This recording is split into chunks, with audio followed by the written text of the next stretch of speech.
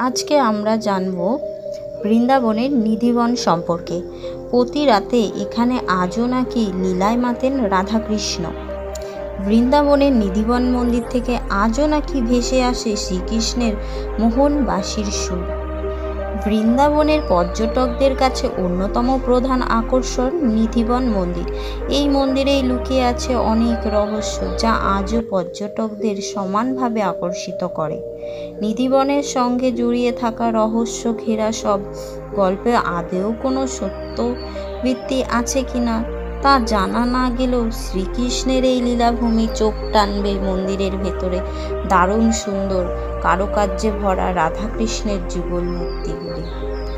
নিধি অর্থে সম্পদ এবং চারপাশ জঙ্গলে ঘেরা বলে বন, সেখান থেকে এই মন্দিরের নাম নিধিবন। উল্লেখযোগ্য বিষয় হলো এই জঙ্গলের সব গাছের শাখায় নিম্নমুখী এবং গাছের শাখা প্রশাখাগুলি একে অন্যের সঙ্গে জড়িয়ে রয়েছে।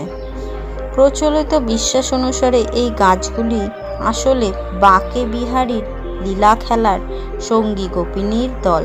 শ্রীকৃষ্ণকে শ্রদ্ধা জানিয়ে গাছের শাখা প্রশাখার নিচের দিকে মুখ করে রয়েছে বলে মনে করা হয়। আরও একটি আশ্চর্যের বিষয় হলো এই মন্দির ও তার আশেপাশের এলাকা অন্তত রক্ষক। মন্দির চত্বরে একটি কুয়ো থাকলেও তাতে এক ফোঁটাও জল নেই। মনে করা হয় রাসলীলার সময় একদিন রাধা তৃষ্ণার্ত হয়ে পড়লে তার তৃষ্ণা মেটাতে কৃষ্ণ ঠাকুর এই কুয়োটি তার বাঁশি দিয়ে খনন করেন। গাছের গুড়িগুলো সব ফাঁপা, কিন্তু এই সব গাছ সারা বছর সবুজে ভরে থাকে। দিনের বেলায় এই মন্দিরে পূর্ণার্থী ও পূজারীর ভিড়ে ভরে থাকে, কিন্তু রাত নামলেই নাকি বদলে যায় মন্দির এলাকা। বিকেলের পরই বন্ধ করে দেওয়া হয় মন্দিরের দরজা। সন্ধ্যের পর এই মন্দিরে কারোর প্রবেশ নিষেধ। মনে করা হয় স্বয়ং বাঁকে বিহারী নাকি আজও এখানে রাই কিশোরী ও অন্য অন্য গোপিনীদের সঙ্গে লীলা খেলা করেন।